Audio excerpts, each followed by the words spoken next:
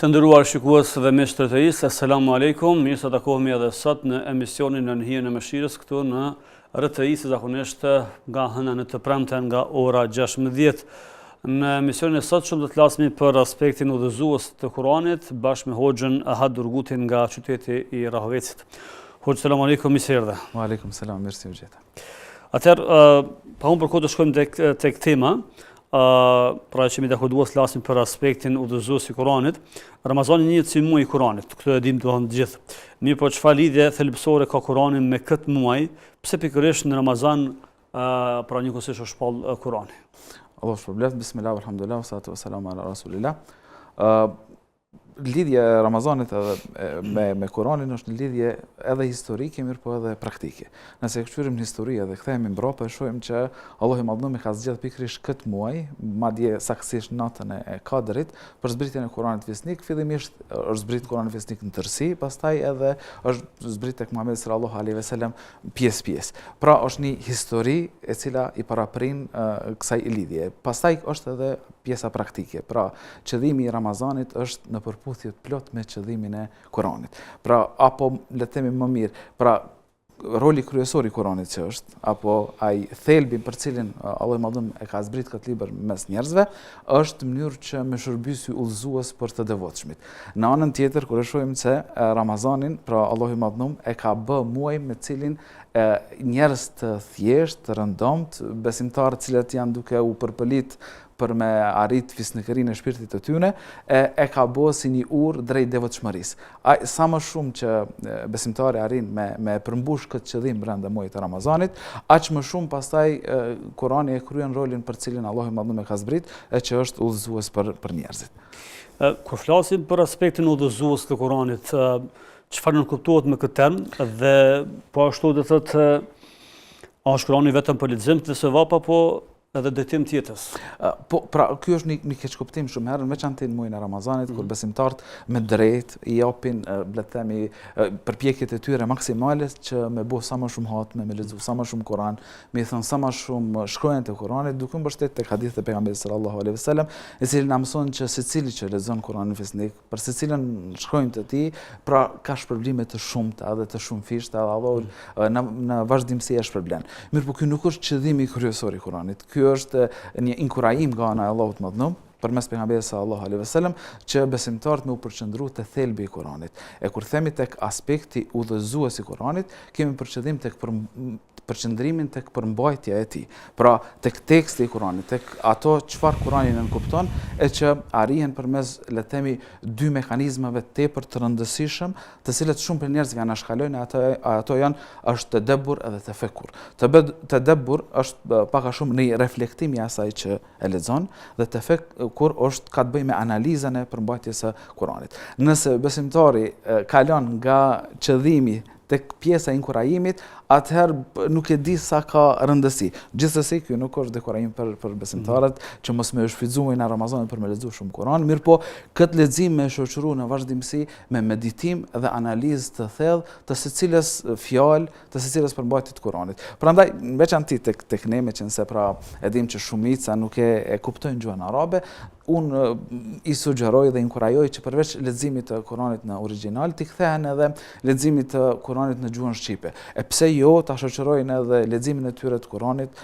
me pauzat gjata apo të shkurtra, që t'i kthehen edhe komentarëve të ndryshëm, të cilat hoxhallar ton me elhamdulillah një pjesë të mirë të Kuranit e kanë shpjeguar, qoftë përmes xheratave, qoftë përmes shkrimeve të ndryshme, edhe kjo duhet të jetë pjesë e pandashme e secilit besimtar gjatë Ramazanit, në mënyrë që pastaj Kurani ta luaj rolin për cilën Allahu i Madhëruar e ka zbrit, pra siç tham në fillim të surës Al-Baqara, më një herë pas Alif Lam Mim thot Allahu i Madhëruar që Allahu e ka zbrit këtë libër udhëzues për besimtarët. Apo nëse i kthehemi ajetit të cilin veçanti gjatë muajit të Ramazanit e dëgjojnë shumë prej besimtarëve, pra gjatë namazit të Taravis apo pas namazit të Taravis, shahru Ramadan alladhi unzila fihi al-Quran, muaji i Ramazanit është muaji në cilin ka zbritur Kurani, e për çka thot hudal linnas, pra është udhëzues për njerëzit. Ky është pra roli kryesor i Kuranit Fisnik. Nëse anashkalojmë këtë rol, atëherë kena zhvesh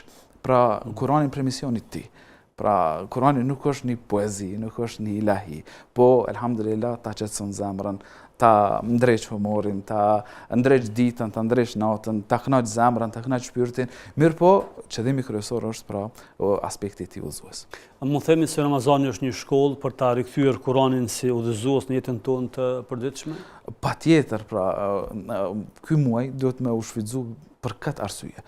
Nëse shohim vetë pejgamberin sallallahu alaihi wasallam, i cili e ka përsërit Kuranin fisnik bashkë me Xhibrilin alayhis salam, pra njeriu më i mirë apo krijesa më e mirë në përgjithësi me të dërguarin apo për engjëve, pra engjëllin më të mirë, melekun më të mirë Xhibrilin alayhis salam, e kanë përsërit bashkërisht librin më të mirë, i cili ka dhënë frytet e menjëhershme. Pra Kurani fisnik e ka kryer rolin për cilin Allahu i Madhëruar e ka zbrit, e pejgamberi sallallahu alaihi wasallam siç është përshkruar prej shokëve të tij, prej atyre që e kanë shoqëruar, kanë thënë që gjithmonë ka qenë një njerëz fisnik e bujar. Pra bujaria e tij asnjëherë nuk ka qenë pikë e diskutueshme. Mirë po, ka dalë pa pikërisht gjatë muajit të Ramazanit dhe kjo si rezultat i ndikimit të Kuranit fisnik në jetën e pejgamberit sallallahu alaihi wasallam. Kjo pastaj ka vazhduar edhe tek sahabët. Edhe sahabët, pra shokët e pejgamberit sallallahu alaihi wasallam, i kanë ndryshuar jetët e tyre rrënjësisht pas leximit të Kuranit. Madje siç tregohet në historinë e pejgamberit sallallahu alaihi wasallam, efekti i Kuranit fisnik në veçanti kur shoqërohet edhe me muajin e Ramazanit, është i plot, mirë po edhe vetiu, pra Kurani fisnik dhe domethëniet e tij janë ata që i kanë detyruar dhe jo besimtarët me rënë sejdë për një moment kur e kanë dëgjuar për shembull surën Najm derisa janë kënë në Qabe. Apo i shohim tek gjenerata tjetër, tek tabiinët, si Fudail ibn Iyadi, Allahu qoftë i kënaqur me të, edhe Allahu e mëshiroft, i cili është ndalë dhe ka medituar se cilën pjesë të Kuranit. Pra në veçanti nëse përbashkojmë pra shkollën e Ramazanit, e cila është shkollë në vete, bashkë me mësimet të cilat i marrim nga Kurani fisnik, është sikur se me bashku një, le të themi, shkollë më të mirë, një universitet më të mirë, brenda një kurikule e cila është më e mirë dhe më perfekte për besimtarin.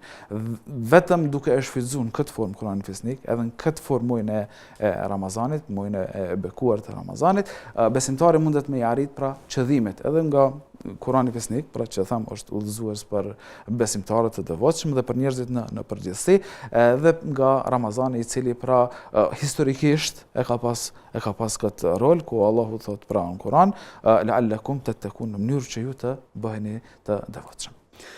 Atëherë, në cilat dimensione udhëzon Kurani njeriu? Kurani fisnik e udhëzon njeriu në gjitha dimensionet. Mirë po, ato më kryesore dhe më thelbësore, e para ka të bëjë me besimin, i cili është burimi i qetësisë dhe rehatisë. Pra, një njeri i cili është i sigurt për të kaluarën e tij, pra si ka fillu jeta e tij, është i sigurt për të tashmen e tij, çfarë duhet veprojë në jetën e tij të përditshme. Pra, dhe është i sigurt për të ardhmen e tij të largët, madje mund të themi edhe të pafundme, meqense ne besojmë në jetën e përhershme, padyshim që është një njeri i rehat dhe çfarë do lloj fatkeqësie që godet e përballon me lehtësi dhe rehati. Pra, pjesa kryesore e udhëzimit të Kuranit fisnik është doktrina, mirë po nuk ndalet vetëm këtu. Ne mësojmë për Allahun e Madhënuar, për cilësitë e Allahut të Madhënuar, për rububiyetin e tij, pra ato atributet dhe cilësitë që i takojnë vetëm Allahut si Zot, i mësojmë cilësitë dhe atributet dhe emrat e Allahut të Madhënuar të cilat i përshkruhen atij si i vetmi i cili i meriton adhurimet tona, i mësojmë gjitha emrat dhe cilësitë e bukura të Allahut të Madhënuar me cilat ne e njohim pastaj më shumë Zotin ton. E sa më shumë që e njeh Zotin, nuk ka mundësi tjetër vetë se me dashur më shumë. E dashuria për Zotin është pikërisht devotshmëria ndaj Allahut të Madhënuar, meqense është përzierje mes frikës edhe shpresës tek Allahu i Madhënuar. Mirë, por ky nuk është i vetmi dimension që Kurani fisnik na udhëzon, përveç kësaj është edhe pjesa e etikës edhe moralit.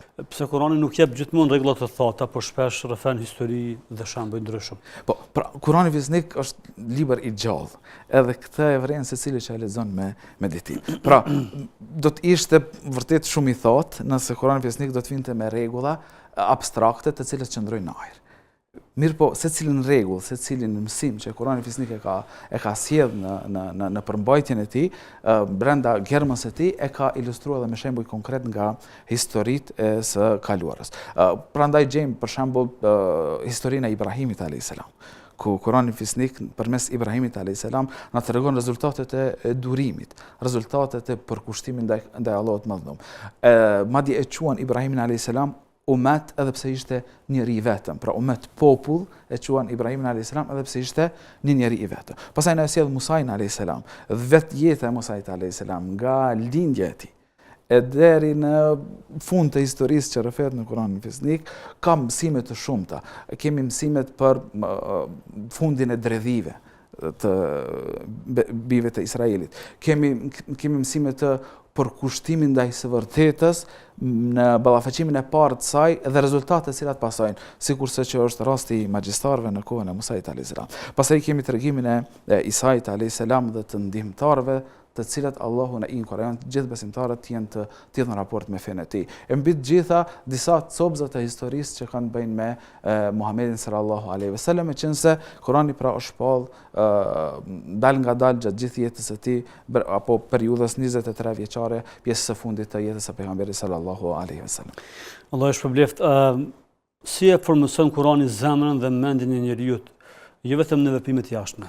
Po pra, kjo është specifika dhe veçantia e Kuranit Fisnik nëse e marrim edhe e krahasojmë me secilin libër tjetër. Pra, secilin libër të shkruar për njerëzve shohim që ka fokus shumë herë tek pjesa e jashtme. Pra, kur flitet për le të themi veprimet, ato zhveshen nga brendësia e tyre, nga thelbi i tyre. E Kurani Fisnik përqendrohet në zemër dhe në mendjen e njeriu. Pra, përqendrohet në thelbin që ka të bëjë me përkushtimin ndaj Allahut të Madhërum. Prandaj në rregullat të cilat i mësojmë nga Kurani Fisnik, gjithashtu edhe nga Suneti i Muhamedit sallallahu alaihi wasallam, e shohim që vepra pranohet vetëm atëherë kur bëhet sinqerisht për Allahun e Madhërum.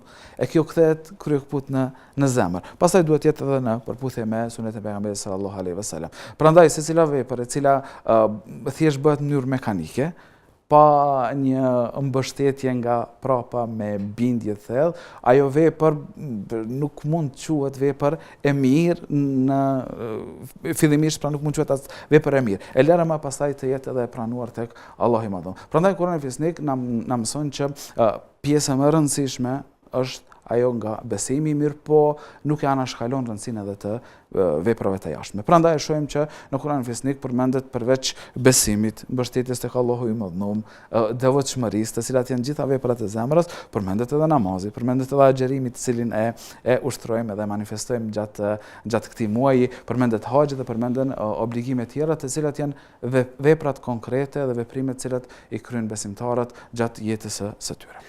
Cilat janë konceptet kryesore kuranore që lidhen me udhëzimin si drita, pastaj errësira, rruga drejt e kështu me radhë? Po, Kurani Fisnik pra është tepër konciz, le të themi, në shprehjet që i përdor. Pra, sjell dritën si sinonim të udhëzimit. Pra, e përmend nurin. Dhe ky nur, kjo dritë nuk i jepet pra gjithkujt, mirë po i jepet atij i cili i përkushtohet mësimeve dhe udhëzimeve të Kuranit Fisnik. Pra, nëse e tërheqim dhe vazhdojmë me këtë metaforë, atëherë një njeri i cili nuk ka dritë dhe është nis në një rrugë të errët, ai nuk mund të arrijë në cakun të cilin e synon. Pra, nuk ke një udhëzues, nuk ke një dritë, nuk ke shenjat të cilat i ndjek gjatë rrugtimit tënd.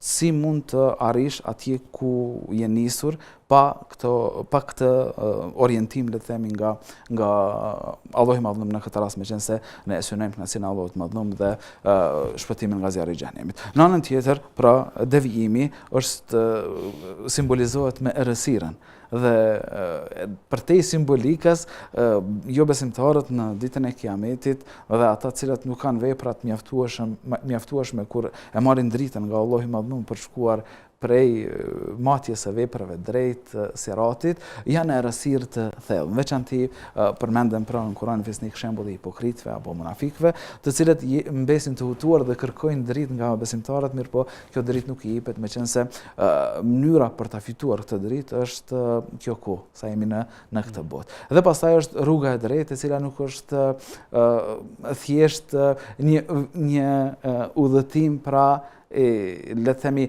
kaotik, i pa drejtuar, ku njeriu pra niset nga do që do, mirë po duhet ta ndjek një rrugë të përcaktuar nga krijuesi i tij.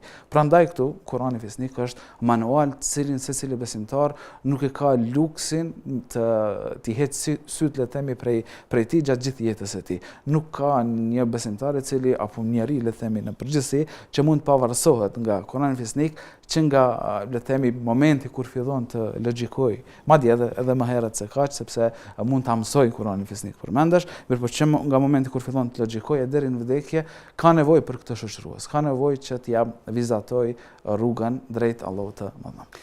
Hoxha, si duhet të ndryshojë raporti ynë me Kuranin gjatë Ramazanit? Nga leximi sasior në përjetim dhe reflektim. Po, pra kjo është ajo që përmendëm në fillim. Po, pra, njerëz i përkushtohen dhe me drejtë, them, sepse janë shpërblime të mëdha dhe pse mos të shfrytëzojnë. Po, bëjmë 1, 2, 3, 4 hapë, 5 hapë. Po, madje na mësojmë nga hoxhallarët tanë, cilat na tregojnë prej dietarëve të mëdhenj, pra siç është rasti e Ebu Hanifas, Allahu mëshiroft, dhe pastaj transmetohet edhe prej dietarëve të tjerë që kanë bërë 60 hatme gjatë muajit të Ramazanit, pra e kanë bërë nga një hatme secilën ditë apo nga 2, apo pra kanë lexuar Kuranin Fisnik nga momenti pas yatsis apo pas teravive deri në sabah, pastaj pas sabahut kanë vazhduar me leximin e Kuranit e kështu me radhë. Edhe ky është një inkurajim shumë i mirë, sepse besimtari duhet ta shfrytëzojë këtë muaj për shumëfishimin e veprave, gjithashtu për rritjen e le të themi e shpërblimit të tij, rritjen e veprave të tij që në ditën e gjykimit peshori i tij të rëndojë më shumë. Mirpo, më shumë se sa thjesht përsëritja e leximit të Kuranit është kuptimi i tij. Pra, nëse i ndalemi edhe e kuptojmë Kuranin Fisnik, është më e rëndësishme se sa përsëritja pa e kuptuar. Madje këtu më kujtohet një rast i cili ka ndodhur në xhamin e pejgamberit sallallahu alaihi wasallam. Është një dietar i madh, Allahu mëshiroft, erudit le të themi, Emin Ash-Shinkiti, i cili ka pas një nxënës të tij, edhe ai dietar i madh, Sheikh Atia, dhe ky nxënës i tij është hoxhën e tij le të themi në harem, në xhamin e pejgamberit sallallahu alaihi wasallam, duke lexuar poezi para ditës së Xhumë në xhamin e pejgamberit sallallahu alaihi wasallam, dhe thot nuk munda me duru pa e pyet shehun pse nuk e lexon Kuranin Fisnik, se është ditë e Xhumës në xhamin e pejgamberit sallallahu alaihi wasallam. Edhe shehu pra Emin Ash-Shinkiti, i cili pra ka njërin prej komentarëve më të mirë të Kuranit Fisnik, Adwaul Bayan, dhe është i stërmbushur me argumentet nga poezitë e kohës ignorancës, thotë për mua është më e dashur ta kuptoj një ajet se sa ta lexoj gjithë Kuranin për ta bërë hatme. Pra, është tepër e rëndësishme që të kuptohen edhe të mirën parasysh në konsiderat fjalët e Allahut të Madhum për të zbartuar praktikisht. Sepse nëse Kurani bëhet thjesht sa për ta thyer heshtjen, monotoninë, për të përsërit fjalët pa i kuptuar, atëherë efekti i Kuranit Fisnik apo roli për cilin Allahu i Madhum i ka dhënë Kuranit Fisnik mbetet i papërmbushur. Mund ose mjafton të lexojmë Kuranin në Ramazan, apo qëllimi është që ai të na ndryshojë neve? Pra, Kurani, Ramazani është një ambient tepër i përshtatshëm që ta fusim Kuranin në përditshmërinë tonë. Pra, nuk duhet të shfrytëzuar Ramazanin për ta lexuar Kuranin dhe me një Sheval, pra në Bajram, ta lëm Kuranin në raft edhe deri në vitin tjetër të mos e kapim Kuranin Fisnik. Pra, Ramazani është le të themi një ambient tepër i volitshëm që duhet ta shfrytëzoj besimtari për ta lidhur zemrën e tij dhe jetën e tij me Kuranin Fisnik. Pra në Ramazan, siç e dim, pejgamberi sallallahu alajhi wasallam na ka mësuar që prangosen djajt, pra prangosen shejatinët, hapin dyert e xhenetit, mbyllen dyert e xhehenemit. Mëshira e Allahut është prezente tek njerëzit në përgjithësi dhe tek besimtarët në veçanti, dhe tekste tjera të cilat tregojnë për ndikimin e madh që e ka Ramazani. Pastaj vetë besimtari duke qenë agjërueshëm është më i fortë ndaj shpërqendrimeve të ndryshme, qofshin ato epshore, qofshin ato sociale. Prandaj e ka mendjen më të kudhuar për qëndrimin më të madh që t'i përkushtohet Kuranit Fisnik. E në moment që e ndjen, le të themi, lezetin nga leximi i Kuranit Fisnik, kënaqësinë cilën e përjeton secili që merret me studimin e Kuranit Fisnik, ëmbëlsinë të cilën ta jep meditimi dhe analizimi i ajeteve të Kuranit Fisnik, pastaj nuk e këmben këtë me asgjë tjetër as pas Ramazanit. Prandaj Ramazani pra duhet shfrytëzuar në mënyrë që besimtari ta përgatis veten dhe ta ushtroj veten, ta bëj pjesë të rutinës së tij leximin e Kuranit Fesnik me meditim, në mënyrë që Kurani Fesnik të jetë udhëzues në jetën e tij. Si e ndihmon agjërimi njeriu që të jetë më i hapur ndaj udhëzimit të Kuranit? Pikërisht pra kjo që e përmendëm, agjërimi e bën njeriu të fortë. Thot pejgamberi sallallahu alaihi wasallam, as-siyamu junna. Agjërimi është mburoj. Pra mburoj nga epshet, mburoj nga shpërqendrimet. Një besimtari le të them i zgjuar nuk e humb kohën e tij në veçantë në Ramazan, duke ditë që në Ramazan pra shumë fishohen veprat, shumë fishohen farzët, sunetet e marrin shpërblimin e farzave dhe kështu me radhë, pra secila vepër është e shumë fishuar. Është sezon ku besimtari përpiqet me shfrytzu për adhurim. Pjesa kryesore e adhurimit të cilën mundet me shfrytzu është Kurani Fesnik, meqense pra siç e tham disa herë tashmë, Kurani është apo Ramazani është muaj i Kuranit, muaj në cilin ka zbrit Kurani Fesnik, prandaj edhe besimtari duke qenë agjërueshëm, duke qenë i fortë, duke qenë i përqendruar, duhet ta shfrytëzoj këtë energji që e ka, që të marrë sa më shumë dhe të thithë sa më shumë nga Kurani Fesnik fjalët e Zotit tonë të mëndshëm. Çfarë roli ka suneti i profetit alayhis salam në shndrimin e udhëzimit kuranor në praktik, sidomos gjatë muajit Ramazan? Në përgjithësi, Kurani Fesnik edhe suneti pejgamberit sallallahu alaihi wasallam, siç thon dietarët, janë dy shpallje nga Allahu i Madhënum, shpallja e cila lexohet në namaz dhe shpallja e cila nuk lexohet në namaz. Pra, shpallja që lexohet në namaz është Kurani Fesnik, fjala e Allahut të Madhënum. Ndërkohë, suneti pejgamberit sallallahu alaihi wasallam është shpallja tjetër e cila e shpjegon shpalljen që lexohet në namaz. Prandaj, nëse e shkëpusim Kuranin prej praktikës, prej sunetit, atëherë kemi teorinë e pa zbatueshme. Le të marrim si shembull, Allahu i Madhënum Kur'an e përmend namazin, mirë po nuk e përmend numrin e rekateve, nuk e përmend kohën e saktë siç precizohet në hadithe. Kjo vlen pastaj edhe për adhurime tjera për cilat Kurani mundet me i përmend në një mënyrë inkurajuese apo duke treguar vlerën e madhe që ata e kanë brenda fesë në përgjithësi dhe brenda jetës së secilit besimtar dhe roli që këto adhurime mund ta kenë, mirë po detajet tjera ose jemi në muajin e agjërimit. Shumë prej detajeve që kanë bëjnë me agjërimin nuk përmenden në Kur'anin Fesnik, mirë po këto i shpjegon pejgamberi sallallahu alaihi wasallam. Prandaj është e pashmangshme për atë i cili don me zbatu Kurani Fesnik në praktik në jetën e tij me u shkëput apo me nda prej sunetit pejgamberit sallallahu alaihi wasallam. Pse tek disa njerëz pra shohim që lexojnë Kur'an, por nuk ka ndryshim në jetën e tyre? Pra, mund të janë arsye të ndryshme, edhe për secilin rast ka arsye. Mirë po, ajo që e dim që roli i Kuranit Fesnik në ndryshimin e jetës së njeriut është i pashmangshëm nëse plotësohen kushtet. E prej tyre është më kryesore që të kuptohet përmbajtja e asaj që e lexojmë. Pra them që ne jemi shqiptar dhe lexojmë Kuranin në gjuhën arabe duke mësuar vetëm shkronjat e Kuranit Fesnik. Më e mira do të ishte edhe ideale që ta mësonim edhe gjuhën arabe, mirë po kjo do një përkushtim më të madh, cilin jo secili ka mundësi ti përkushtohet pra ndaj kohë nga jeta e tij, edhe pse unë inkurajoj secilin pavarësisht moshës që ti përkushtohet dhe ti jepet mësimi i gjuhës arabe, nëse për asgjë tjetër, thjesht për ta kuptuar fjalën e Allahut të Madhërum, Kuranin Fesnik. Mirë po, nëse këtë nuk mund të ta bëj, atëherë spaku le ta lexoj përkthimin apo komentimin e Kuranit Fesnik. Elhamdulillah janë në dispozicion edhe përkthimet, edhe librat autorial të hoxhallarëve të nderuar, cilët kanë punuar dhe e kanë derdh mundin e tyre në mënyrë që lexuesit tonë, pra lexuesit shqiptar, më ia mundsu që me marr thelbin e fjalëve të Allahut të Madhërum. Pasi ti kupton, atëherë pra Kurani Fesnik mundet me luajtë rolin për cilën Allahu i Madhërum e ka zbrit. Gjithashtu, kjo nuk do të thotë që secili që e kupton Kuranin Fesnik, Kurani Fesnik ndikon tek ai, sepse ashtu gjithë arabët do të ishin njerëz të udhëzuar, por edhe mes tyre ka njerëz të mirë, të këqij, të udhëzuar, të devijuar e kështu me radhë.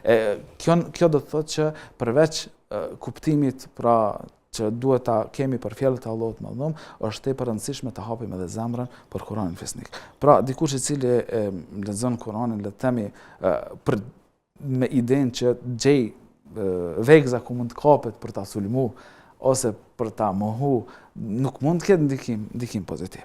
Përveç nëse tregohet i sinqert me Allahun e Madhëm dhe mund të ketë dyshime fitestare, sepse kjo është e natyrshme.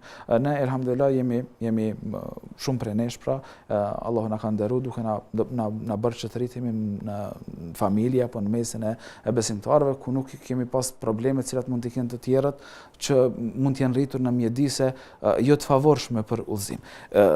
Këta nëse e marrin dhe lexojnë me dyshim, mirëpo duke qenë sinqert për gjithë cila është e vërteta, atëherë me lejen e Allahut kanë për të arritur te kjo e vërtetë. Ka edhe pengesa të shumta, mirëpo ndoshta më kryesore janë këto që kanë të bëjnë me realitetin tonë.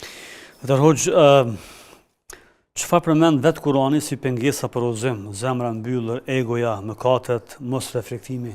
Po pra, këto janë disa prej arsyeve të cilat i përmend vetë Kurani fisnik. Zemra e mbyllur pra është ajo zemër e cila nuk pranon asesi që t'i bëj vend Kuranit fisnik. Në veçanti nëse kjo zemër mban arrogancë, mban megalomani, mban mburje, mban mendje mallësi, nuk ka se si Kurani gjej vend tek kjo zemër. Pra, një njeri i cili e sheh veten, e madhashton veten, siç e madhashton te faraoni në kohën e Musait alayhis salam, dhe këtu është ndërlidhja me historitë dhe prandaj themi që Kurani është i gjallë sepse të jep shembuj të prekshëm, nuk ka mundësi se si të gjej udhëzim. Pra ose dikush i cili vazhdimisht është në, le të themi, ullumin e mëkateve. Pra, si ka mundësi dikush i cili nuk bën asnjë hap drejt udhëzimit, pastaj gjej udhëzim apo të udhëzohet nga Kurani fisnik. Pra, thuaj se është e pamundur edhe pse gjithmonë ka përjashtime për ata që janë vërtet të sinqert. Pra, mëkatet janë, le të themi, ajo perdja e fortë edhe e rëndë që bllokon zemrën edhe nuk e lejon depërtimin e nurit apo dritës së Kuranit. Gjithashtu është edhe egoja apo nefsi, pra siç quhet në terminologjinë e Kuranit fisnik, është ai i cili është përzierje e gjithë këtyre. Pra, është le të themi diktues dhe insistues në mëkate, në anën tjetër është thirrës për mendjemallësi dhe kryenetësi dhe bëhet shkak për ta mbyllur zemrën që Kurani mos të depërtojë në atë zemër. Ne duhet kemi kujdes tepër të madh që në veçanti pjesës të cilës kemi mundësi t'i bëjmë, le të themi, derman apo ilaç, të përkushtohemi ndaj saj. Pra, të kemi kujdes që të kemi kontroll mbi veten tonë, mbi egon tonë, të kemi kujdes që sa herë që ndodh, sepse është e pamundur të mos qasim mëkate, sa herë që ndodh dhe të qasim mëkate, të kthehemi me pendim tek Allahu i Madhëm dhe gjithashtu ta kontrollojmë në vazhdimsi zemrën se me çfarë është preokupuar, pra cilat janë, le të themi, ato kërkesat e saj apo animet e zemrës. Dr. Hoxh, a mund të jetë Ramazani një mundësi reale për ta thyer këtë pengesë dhe për të rikthyer te Kurani si udhëzues? Gjithsesi, pra nuk ka ndonjë moment më të mirë për besimtarët, për njerëzit në përgjithësi që t'i kthehen Allahut Madhëm, që t'i kthehen Kuranit fisnik sesa ky muaj i bekuar që është muaji i Ramazanit. Pra, gjitha rrethanat, i gjithë ambienti i cili na ofron muaji i Ramazanit është ideal për secilin besimtar i cili e ka me të vërtet kthimin tek Allahu i Madhëm dhe atë përmes Kuranit fisnik. Prandaj nuk ka arsye askush që të mos merret me Kuranin fisnik në muajin e Ramazanit. Pra siç e pam, edhe përmendëm tashmë disa herë, përveç leximit të Kuranit në gjuhën arabe, i cili bëhet për të marrë shpërblimet e plota që na i ka përmend pejgamberi sallallahu alaihi wasallam, është edhe mundësia e leximit të Kuranit në gjuhën shqipe. Prandaj nëse dikush nuk di, akoma nuk i ka mësuar, le të themi, alfabetin e Kuranit fisnik për ta lexuar atë në origjinalin e tij, ashtu siç e ka zbritur Allahu i Madhëm, pra ashtu siç e ka thënë vetë Zoti i Lartësuar, e ka mundësinë që Kurani fisnik ta lexojë në gjuhën që e kupton dhe gjithashtu ta shoqëroj këtë lexim me komentare të ndryshëm, qoftë në mënyrë të lexuar, qoftë duke i dëgjuar për shpjegimeve që i kanë bërë dietarët ndryshëm dhe hoxhallarët në përgjithësi. Dr. Hoxh, me që jemi ka fundi këtij misioni, cili është hapi i parë praktik për çdo besimtar për të marrë në këtë muaj të bekuar, pra muajin Ramazan, për ta përjetuar Kuranin si udhëzues, pra për të bërë ndryshime thjesht? Pra, hapi i parë është ta merë Kur'anin Fisnik të hap me zemër të hapur.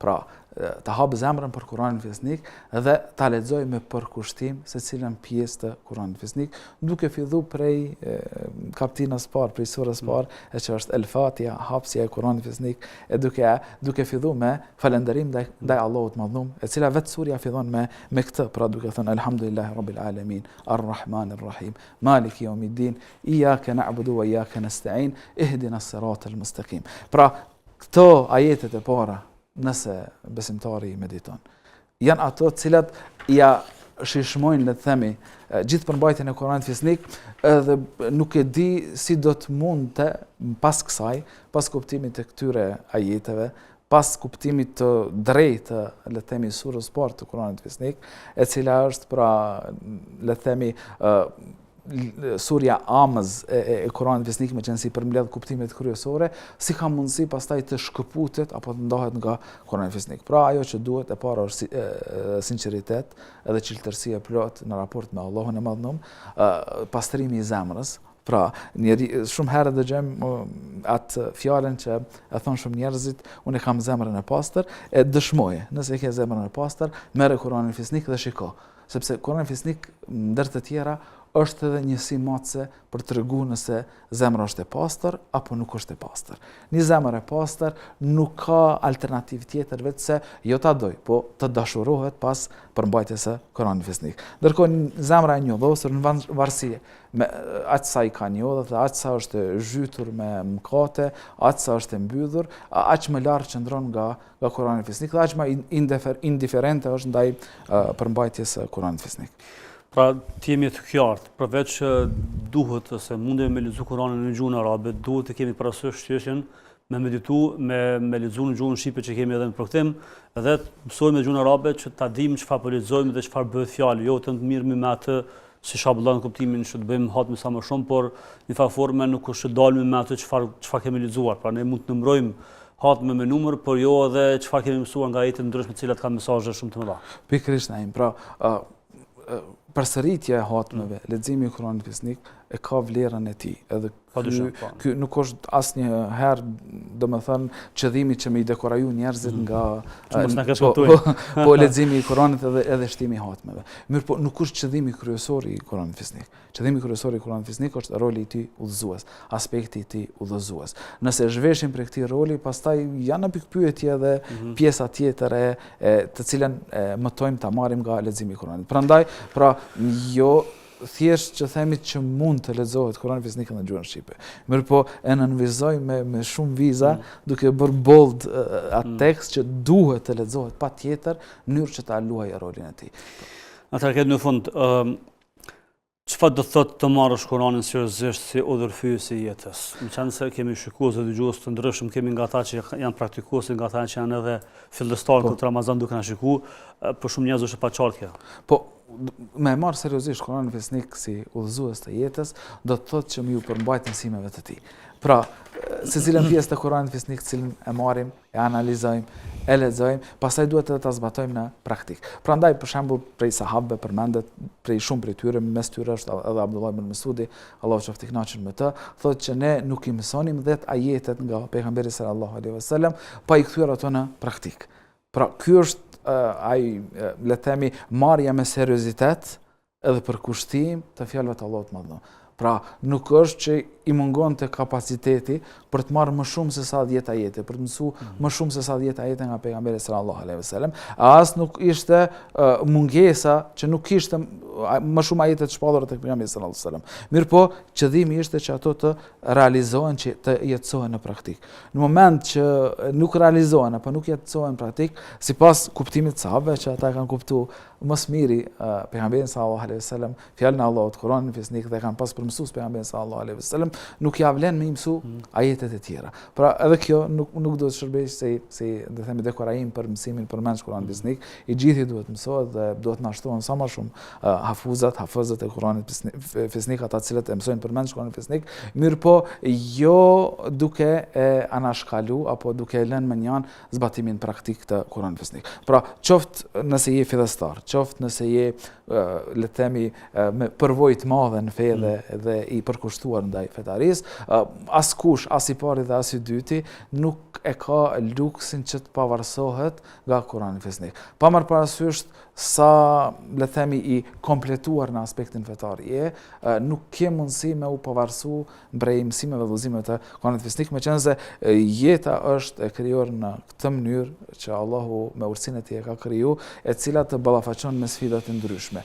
Dhe sa herë që shkëputesh prej Kuranit Fesnik, nuk ka ndonjë, le themi, alternativë apo mundësi tjetër veç dështimit. E sa herë që kapesh me Kuranin Fesnik, edhe dështimi i cili mund të shihet nga jashtë është në fakt sukses, meqense e përballon me lehtësi, me durim, edhe në fund mbetesh i shpërblyer tek Allahu më vonë. Atëherë Hoxh, këtu është fundi për emisionin e sotshëm. Faleminderit shumë. Allahu ju shpëbleft. Allahu na roft, Allahu ju shpëbleft. Të nderuar miq, takohemi në emisionin tjetër. Selam aleikum.